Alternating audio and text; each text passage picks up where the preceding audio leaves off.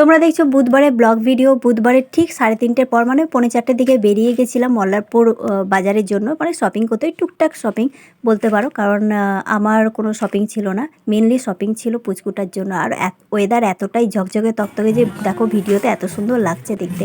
তো সোজা চলে গেলাম মল্লারপুর কসমো বাজার। টার্গেট ছিল পুচকুটার জামা কিনবো। পুচকুটার এত জামা হয়েছে যে এক্সট্রা জামা দেওয়ার মতো আর কোনো মানে দরকারও ছিল না।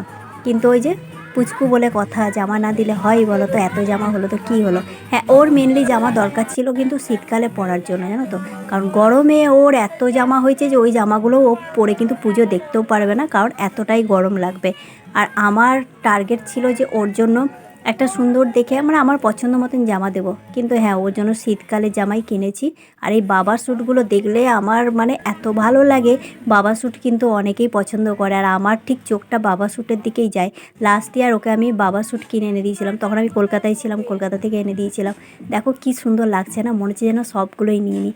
আর এত সুন্দর সুন্দর কালার। তো লাস্টে আমার এই জামাটা পছন্দ হয়েছিল কিন্তু নিলাম না, কারণ জানো তো এই পুজোয় গরমেও পরতেই পারবে না। তো ওর জন্য কিন্তু শীতের ড্রেস নিয়েছি। তো শীতের ড্রেস কী নিয়েছি সেটা চলো নেক্সট ব্লগে তোমাদেরকে দেখাবো। তার জন্য ব্লগটা ওয়েট করার, কী কী কিনলাম সেটাও দেখাবো। চলো টাটা।